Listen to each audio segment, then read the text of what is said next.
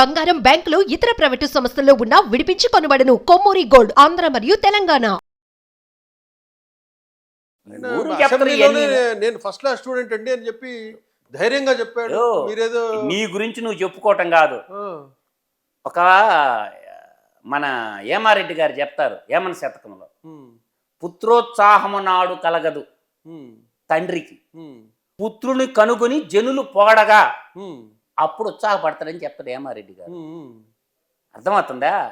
అందువల్ల ఒక్కడు గుర్తుపెట్టుకుని, తనకున్నటువంటి రాజకీయాన్ని అడ్డం పెట్టుకొని, తండ్రి అధికారాన్ని అడ్డం పెట్టుకొని డబ్బులు సంపాదించేసి ఆ సంపద ద్వారా కొంతమందిని ఎంగేజ్ కొట్టుకొని మోక సైన్యాన్ని పెట్టుకొని సోషల్ మీడియాలో మనకు ఒక పక్షి ఛానల్, ఒక పక్షి పేపర్ని పెట్టుకొని కొంతమంది జర్నలిస్టుని పెట్టుకొని ముసుగు తగిలించుకొని మనం విచ్చలవిడిగా మన గురించి మనమే డోలు కొట్టుకొని, అంటే ప్రజలు గమనించలేదనుకుంటున్నావే ఏంది?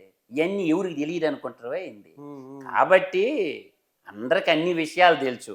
మనకి సోషల్ మీడియాలో ఒక పోస్ట్ వచ్చిన మాటల, ఫేస్బుక్లో 4 వచ్చి, ట్విట్టర్లో, ఇన్స్టాగ్రామ్లో ఆడుకొని నువ్వు హీరో అనుకుంటుండవు.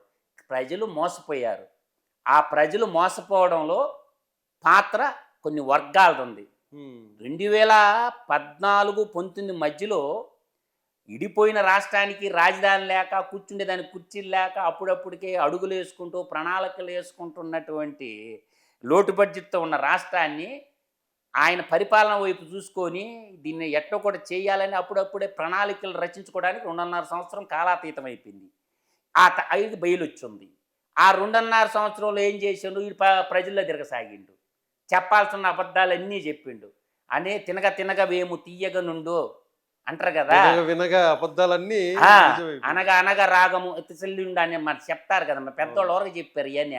ఆడ ఇషాన్ని ఎక్కిచ్చారు, నమ్మిర్రు. ఒక్క ఛాన్స్ అని అడుక్కుంటే ఊరూరు తిరిగే ఒక్క ఛాన్స్ ఇచ్చారు, ఇంకా నో మోర్ ఛాన్స్.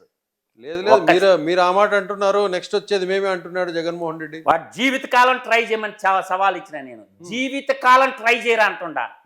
నువ్వు జీవితకాలం ట్రై చేయరా, నువ్వు సీఎం అయితే తలా కోసి నీ చేతిలో పెడతానని చెప్పా.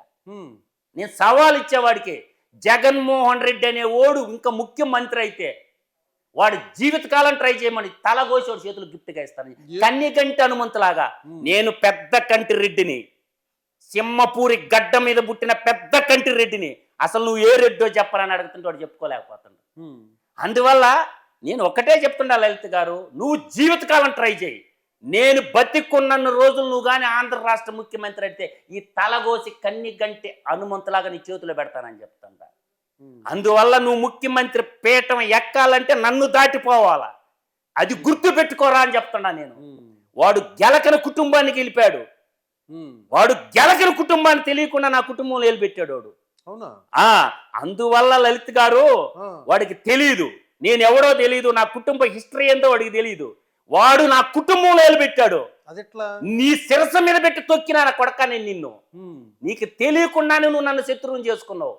నేను సింహపూరి గడ్డ మీద పుట్టిన సింహాన్రా. నువ్వు నీలాగా ఆట నేను ఆడితే ఎలా ఉంటుందో నీకు రుచి చూపించబోతుండా. అందువల్ల నాకేదో పెద్ద పోటుగాడి అంటున్నావు కదా. నేను ఇక్కడ మధుగారు, మీ కుటుంబంలో ఏం చేశాడు జగన్మోహన్ రెడ్డి? ఇప్పుడు మా తమ్ముడు సార్ కార్గిల్ యుద్ధం చేసి ఈ దేశాన్ని గెలిపించిండు. కార్గిల్ యుద్ధం చేసి ఈ దేశాన్ని కాపాడిన కుటుంబం నాది. ఈరోజు ఈ మేకపాటి నా కొడుకులు ఎవరైతే ఉన్నాడో, గౌతమ్ రెడ్డి గాడు, వాడు రాజమోహన్ రెడ్డి గాడు, పెద్ద ముసుగు తగిలించుకొని నా కొడుకులు నా తమ్ముడిని నాకు లేకుండా చేశారు. వదులుతానా? ఎట్లా ఏదన్నా కానీ, కారణం ఏదన్నా కానీ కూర్చొని మాట్లాడుకొని పరిష్కరించుకోవాలా. మా ఎక్కడా కూడా ఒక్క సెంటు కూడా మాకు అసైన్మెంట్లు లేవు, డీఫారమాలు లేవు. రాజకీయాన్ని అడ్డం పెట్టుకొని ఎమ్మెల్యేలు అయిపోయి మేకపాటోడు ఎవరితో సమావేశం చేసిండో. అందువల్ల ఏంటంటే చెప్పిన, ఒరే రాజమోహన్ రెడ్డి ఇంకా లెక్క పెట్టుకోరా నా కొడక, డేట్ లెక్క పెట్టుకో నా కొడక. బతికితే నీ కుటుంబం అన్న బతకాలా, నా కుటుంబం అన్న బతకాలా. నేను బతికేదే నా కొడక, నువ్వా నేనా తేల్చుకున్నావు అంటుందా. ఏమవుతుంది? అందువల్ల ఏంటంటే తెలుసో తెలియక ఒక తప్పు చేసి దేశభక్తులైన ఒక భారత మాత సైనికుని చంపారు నా కొడకల్లారా, మీరు వదులుతానా నా కొడకల్లారా మిమ్మల్ని అంటుండా. తెలుసో తెలియకో నా కుటుంబంలో ఏలుబెట్టిండ్రు. అందువల్ల మేము రాజకీయ అతీతంగా ఉండి బాగా చదువుకున్నాం లలిత్ గారు, మాకు ఈ రాజకీయాలతోనే సంబంధం లేదు. అందువల్ల ఏంటంటే మీక డబ్బులు ఉండయని, కిరాయి అంతకులు ఉండరని. అంటే మీ తమ్మునికి అదంతా ఊర్లో జరిగింది విషయము, ఈ అంతా తెలుసా నా కొడుకులకి, అన్నీ తెలుసు విషయం. అందువల్ల ఏంటంటే ఈ వ్యవహారం అంతా అందరికి తెలుసు. కానీ యుద్ధం చేసేవాడు జోలికి రాకూడదు. నువ్వు చేతగానోడే వదిలేస్తాడు. గెలిచాడా మేకపట్టుడా? గెలిచాడా ఉదయగిరిలో మేకపట్టుడా? వాడు ఎంపీ గెలిచాడా? వాడు కొడుకు గెలిచాడా? చెప్పిన ఇంటికి పోయి చెప్పిన కాసుకోరా నా కొడక, పెద్ద కంటి రెడ్డితో పెట్టుకున్నవరా నువ్వు. రెడ్డిలో 52 తెగల్లో ఉంటాయి. పెద్ద కంటి రెడ్డి కొడితే ఎట్లుంటుందో దెబ్బ తెలిసింది మొన్న. ఏం జగన్మోహన్ రెడ్డి ఏ రెడ్డో చెప్పుకోలేడు. నేను గర్వంగా చెప్తున్నా, నేను పెద్ద కంటి రెడ్డి అని.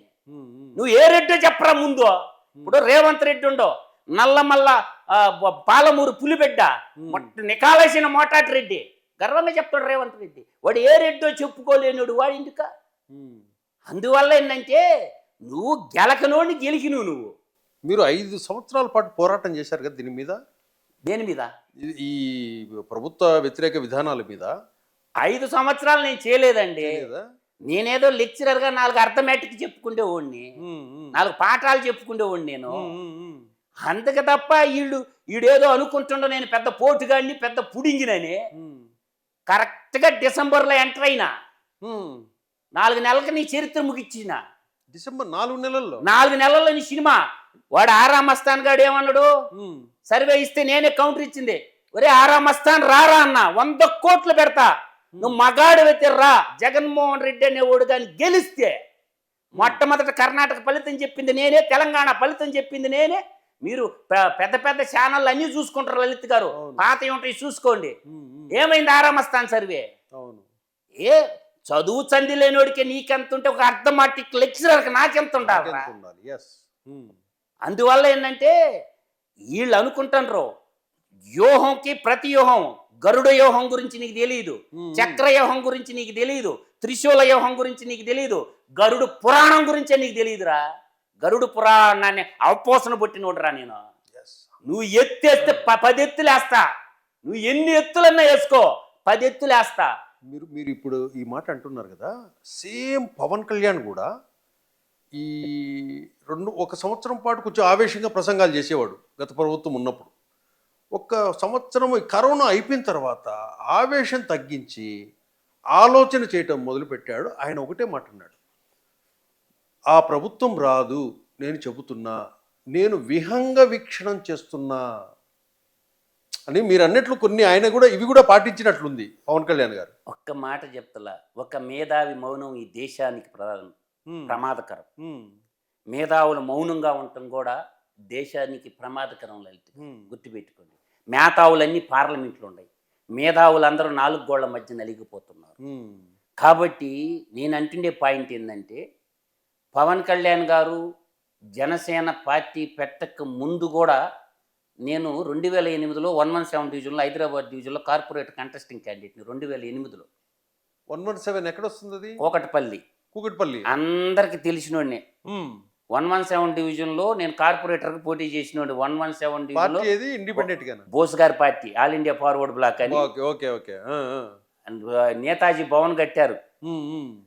అందువల్ల ఏంటంటే నేను దగ్గరుండి ఇవన్నీ పరిశీలించినోడిని. ఉదయగిరి నియోజకవర్గం మీద ప్రతి గడప, ప్రతి పిల్లోడికి, ప్రతి చెట్టుకి, ప్రతి పుట్టకి నేనేంటో తెలుసు. ఉదయగిరి నియోజకవర్గంలో నే మధు అన్న ఎలాంటి వాడని అడిగితే, ఉదయగిరి నియోజకవర్గంలో ఉన్న ప్రతి పల్లి క్యాస్ట్లకు అతీతంగా, రిలీజన్కి అతీతంగా ఒక్కడ చేత చెడ్డ అనిపించండి సార్, ఒక్కడ చేత అన్నా అని పిలుస్తారు ఆప్యాయంగా. నాకు మొత్తం తెలుసు. నా మీద చాలా కేసులు పెట్టిండు జగన్మోహన్ రెడ్డి. నా తెల్లింటికి కూడా బేకలేకపోయిండు. ట్రై చేయరని చెప్పా. త్రివిక్ర వర్మ వార్నింగ్ ఇచ్చిండు అప్పటి డీజీపీ, ట్రై చేయరన్న. నాకే కాదురా, పెళ్ళాం బిడ్డలు నీకు కూడా ఉంటారని చెప్పిన. అందువల్ల మంచి వచ్చాడు. జరుగుతూనే ఉంది, ఇది కంటిన్యూగా జరుగుతూనే ఉంది.